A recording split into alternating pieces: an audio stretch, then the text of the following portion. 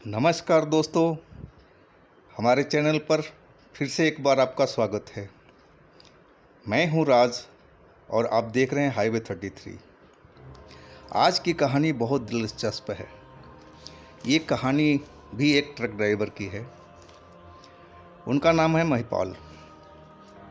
महिपाल जी बताते हैं कि मैं अपना दिल्ली से ट्रक लेकर के मद्रास गया था। मद्रास का एक छोटा सा रूरल एरिया था और वहाँ पर एक गोदाम में उनको ट्रक को खाली करना था। तो हम वहाँ पर पहुँच गए उस हाईवे से, और जहाँ से वो गोदाम पर जाना था वो जगह हाईवे से करीब 4 किलोमीटर की या 3 किलोमीटर के आसपास थी। रात को करीब ये घटना है 11 बजे की। मैं सोचा कि रात में ट्रक लगा देंगे और सुबह में जल्दी हमारा नंबर आ जाएगा कि हमारा ट्रक खाली हो जाएगा। तो हम 11 बजे के आसपास उस रोड पर मुड़ गए थे जो उस गोदाम पर जाता था। सिंगल रोड था, एक आध कहीं पर स्ट्रीट लाइट जल रही थी, लेकिन वो नामात्र का था। घना अंधेरा था, गर्मी का टाइम था।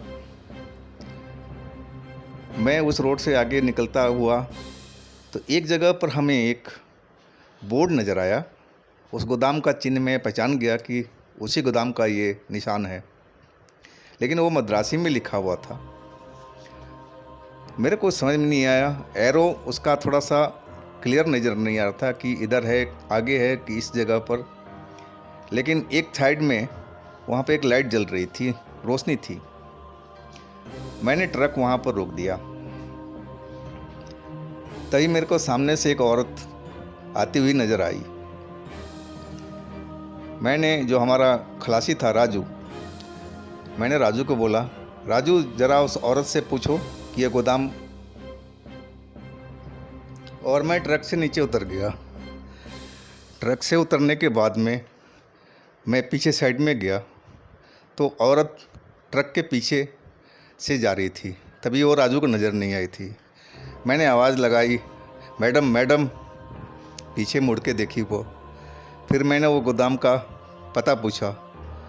वो मद्रासी भाषा में कुछ बोली, लेकिन मेरे को पल्ले नहीं पड़ा। लेकिन इशारा किया जिधर में लाइट जल रही थी।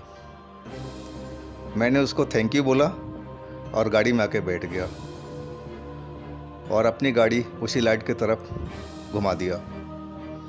थोड़ी दूर चलने के बाद में मुझे एक गोदाम सा नज़र आया, लेकिन उसके अंदर में कोई लाइट वाइट नहीं जल रही थी। ना बाहर कोई ट्रक खड़ा था, ना कोई सुरक्षा गार्ड था।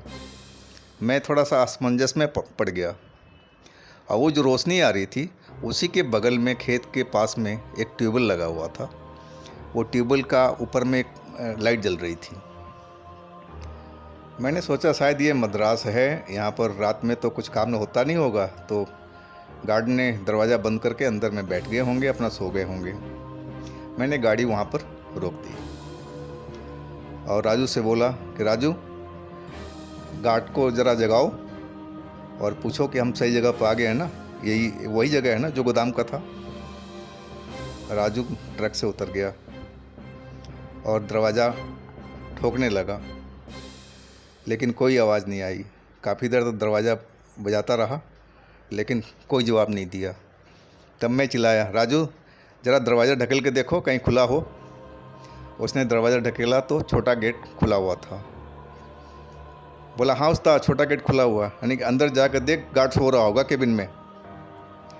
तो अंदर चला गया वो राजू और दरवाज़ा अपने आप बंद हो गया। मैं काफ़ी देर तक वेट करता रहा। राजू वापस नहीं आया, ना उसने कोई फ़ोन किया, मोबाइल था उसके पास में। फिर मैं थोड़ा सोचे पड़ गया, यानी कि इतना देर क्यों लग गया। मैं गाड़ी से उतरा, अपना टॉर्च निकाला और गेट की तरफ चल दिया। गेट पर मैंने हल्का सा धक्का दिया, गेट, छोटा वाला गेट खुल गया। अंदर में जाकर के राजू को आवाज़ दिया, राजू राजू कहाँ पर हो? लेकिन एकदम सन्नाटा, कोई जवाब नहीं, बिल्कुल खामोशी। मैं गार्ड के केबिन की तरफ रोशनी मारी, वहाँ कोई गार्ड नहीं थे। टूटी फूटी सी कुर्सी पड़ी हुई थी, लेकिन गार्ड का कोई नामो निशान नहीं था। मैं चौंक गया कि इतना बड़ा गोदाम में कोई गार्ड नहीं, टूटी फूटी सी कुर्सी है और कोई सामान नहीं। मैं सोचा कि शायद हम गलत जगह पर आ गए हैं। फिर मैंने आवाज़ लगाई राजू को दोबारा, राजू राजू, लेकिन कोई जवाब नहीं। मैं 2 मिनट वहीं खड़ा रहा। फिर दिमाग में हर उसके पास तो फ़ोन है। मैंने उसके अपना मोबाइल निकाला और फटाफट उसके नंबर पर डायल किया।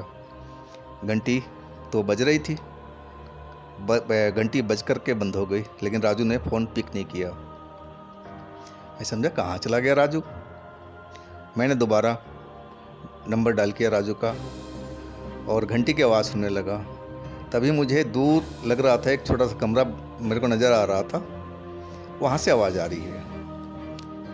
मैं सोचा राजू वहाँ क्या कर रहा है, जब यहाँ कोई गार्ड नहीं, शायद हो सकता है गार्ड वहाँ पर हो। तो मैं उस आवाज़ का पीछा करता हुआ वहाँ पर पहुँच गया। वहाँ पर रोशनी मैंने डाली तो उस कमरे में दरवाज़ा नहीं था और वहाँ पर एक खाट सा बिछा हुआ था, वो भी पुराना, उस पर एकदम गंद फैला हुआ था, पुराने कपड़े पड़े हुए थे और राजू एकदम गेट के पास में ज़मीन पर गिरा हुआ था।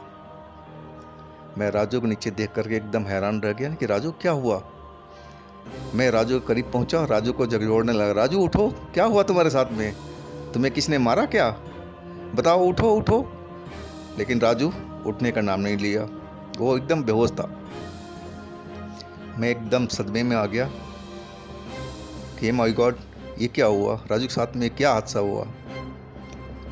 फिर मैंने टॉर्च की रोशनी पूरा कमरों में मारी, हमें कोई नज़र नहीं आया। फिर मैंने राजू को उठाने की कोशिश किया, राजू होश में नहीं आया। तभी मेरे को लगा कि उस कमरे में कोई ना कोई है। मुझे एहसास हो रहा था कि उसकी सांसों की आवाज़ आ रही थी और लग रहा था कि कोई मेरे साथ में खड़ा है, लेकिन वो मेरे को नज़र नहीं आ रहा था।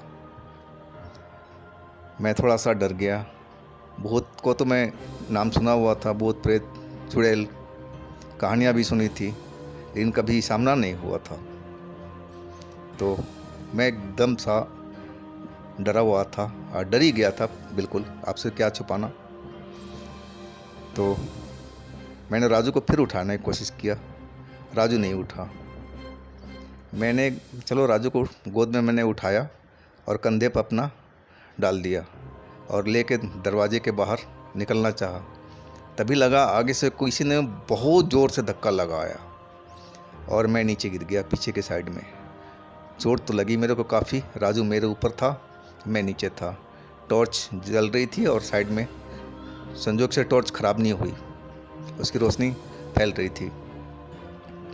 चोट काफ़ी लगी थी, मैं उठने में बड़ा दर्द हो रहा था। फिर भी मैंने उठा, टॉर्च को उठाया, फिर मैंने चारों तरफ देखा। मैं बोला कौन है कौन है, लेकिन कोई आवाज़ नहीं।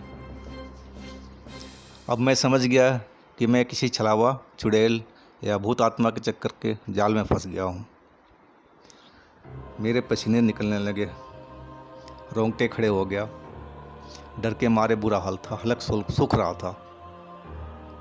अब मैं सोचा कि हे भगवान, अब क्या होगा, अब हम क्या करें। मैंने माता रानी का आवाज़ लगाई, हे माता रानी, हे विष्णु माता, हमारी रक्षा करो।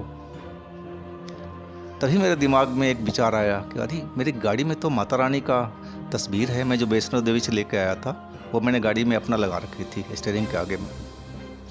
छोटी सी तस्वीर थी, पवित्र तस्वीर थी।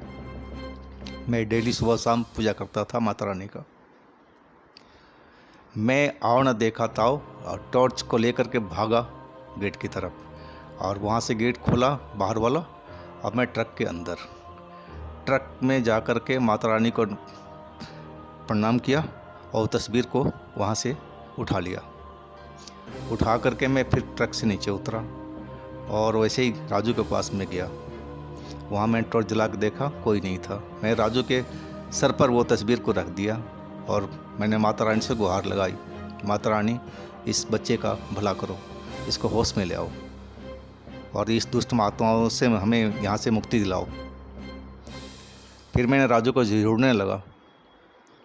थोड़ी देर कोशिश करने के बाद में राजू आंखें खोल दी, मेरी तरफ देख करके बोला, उस्ताद ने कि हाँ राजू चुप रहो, तुम कुछ मत बोलो। उसकी आंखें एकदम सूजी से हो गई थी, आंखें में लग रहा था कि लाल लाल सा हो रहा है और आंसू निकल रहे थे उसके। नहीं कि राजू बस चुप रहो। फिर मैंने राजू को हाथ पकड़ा, उठाया, माता रानी तस्वीर अपने हाथ में लिया, एक हाथ से राजू को पकड़ा और चल दिया। मैंने ट्रक में आकर उसको राजू को बिठाया। फिर मैंने एक नज़र चारों तरफ देखा कि कोई है तो नहीं, लेकिन कोई नहीं था। मैं ट्रक को बैक किया और सीधा मैं उस गोदाम को ढूंढने में नहीं लगाया, मैं सीधा एकदम मेन हाईवे पर निकल आया। मैं उस जगह से रात में रुकना नहीं चाह रहा था, उस जगह से दूर जाना चाहता था भूतिया चक्कर से। फिर थोड़ी देर चलने के बाद में मुझे एक ढाबे का लाइट नज़र आई और वहाँ पर 3 ट्रक भी खड़े थे। तब जाके मेरा साहस आया। वहाँ जाके ढाबे पर मैंने अपना ट्रक खड़ा किया, राजू को बोला, राजू चलो नीचे चलते हैं। गए, वहाँ पर लड़का था ढाबे का मालिक, उसका अंदर सोया हुआ था। फिर मैंने लड़के से बोला, भैया चाय मिल जाएगी? बोला हाँ साहब, यानी कि 2 चाय बना दो। फिर मैंने ट्रक ड्राइवर जो खाट पर लेटे हुए थे उसमें से 2 तो सो रहे थे, एक उठ गया हमारी आवाज़ सुन करके, हाँ भाई कहाँ से आ रहे हो? नहीं भाई मैं पीछे ही गया था, थोड़ी दूर पर एक गोदाम है, उसमें माल हमें खाली करना था, लेकिन गोदाम तो बंद मिला और हमारे साथ में ऐसी ऐसी घटना हुई। वो सुनकर थोड़ा हैरान हुआ। फिर उस ढाबे के लड़के को बुलाया, भैया इधर आओ, ये भाई साहब जो बोल रहे हैं ज़रा सुनो। मैं फिर उस लड़के को भी पूरी कहानी सुनाई। वो भी सुन करके एकदम दंग रह गया। बोला, भैया सुना तो है कि उस गोदाम में कोई ना कोई चक्कर है। नहीं, जब चक्कर है तो भाई वहाँ पर ट्रक अनलोड होते हैं, माल लोड होता है। बोला, ये तो भैया मुझे पता नहीं, मैं उधर कभी गया नहीं, लेकिन ट्रक वाले एक आध बताते थे कि वो गोदाम भूतिया है। मैंने बोला ठीक है भैया, अब तो वहाँ से हम भाग आए हैं, अब सुबह सुबह देखी जाएगी। फिर हम वहीं चारपाई पर लेट गए चाय पी करके, और सुबह मैं जब आँख खुली तो सुबह एकदम दिन चढ़ाया था। मैंने राजू को उठाया, अब थोड़ी उसकी स्वास्थ्य बेहतर लग रहा था। मैंने, राजू हाथ मुँह धो और चाय पीते हैं, इसके बाद हम ट्रक लेकर चलते हैं उसी जगह पर। वो गोदाम मेरे को नहीं लग रहा कि वो जिस जगह पर हम गए थे वो गोदाम है, क्योंकि वहाँ से आगे होना चाहिए गोदाम, पीछे तो कोई और जगह है नहीं। बोला, हाँ उस्ताद हम गलत जगह पर चले गए थे, हमें भी लग रहा है। फिर मैं वहाँ से चाय वाय पी करके नाश्ता करके और हम अपने गाड़ी को बैक किए और उसी रास्ते पर दोबारा आ गए। जिस जगह पर हमने गाड़ी मोड़ी थी, जहाँ बोर्ड लगा हुआ था, उसे मद्रासी में लिखा हुआ था, आज जो एरो का निशान था ना, वो सीधा ही दिखा रहा था, मतलब इधर मुड़ना नहीं है, सीधा चलो। फिर मैं उस जगह को देखा, गोदाम नज़र आ रहा था दूर से। मैंने उस तरफ दोबारा नहीं देखा और सीधे हम चलते रहे। थोड़ी दूर चलने के बाद में बाएं साइड में मुझे ट्रकों का झुंड दिखा। 10-12 ट्रक खड़े थे और चहल पहल थी वहाँ पर, बहुत बड़ा सा गोदाम था। फिर मैं वहाँ गया, अपने गाड़ी को लाइन में लगाया और पेपर लेकर के गार्ड के पास पहुँच गया। गार्ड को पेपर जमा करा करके मैं पूछा, भैया आपका एक और गोदाम है पीछे में जहाँ ट्यूबवेल है? बोला, हाँ भैया था, अब नहीं है, वो गोदाम बंद पड़ा है 5 सालों से। नहीं, क्यों भैया? फिर वो मेरे कान में बोला धीरे से, भैया वहाँ भूतों का डेरा है, आप इसी वजह से वो गोदाम वहाँ से सिर्फ यहाँ पर हुआ है। मैं सन्न रह गया। ठीक है भगवान, चलो हमारी जान बच गई। बोला, भैया क्या हुआ? फिर मैंने उसको सारी कहानी बताई। बोला, भैया आप बच गए, शुक्र है आपका। फिर वहाँ से हमने माल खाली किया और फिर वहाँ से हम अपने गंतव्य स्थान के लिए और निकल गए। तो आज की कहानी बस इतना ही, और कहानी आपकी अच्छी लगी होगी, हमें आशा है। भैया हमारे थोड़ा चैनल को सब्सक्राइब कीजिएगा, लाइक कीजिएगा, शेयर कीजिएगा। और हाँ दोस्तों, आपके पास भी कोई कहानी हो तो ज़रूर हमें शेयर कीजिएगा और अपना ख्याल रखिएगा। आपका बहुत बहुत धन्यवाद।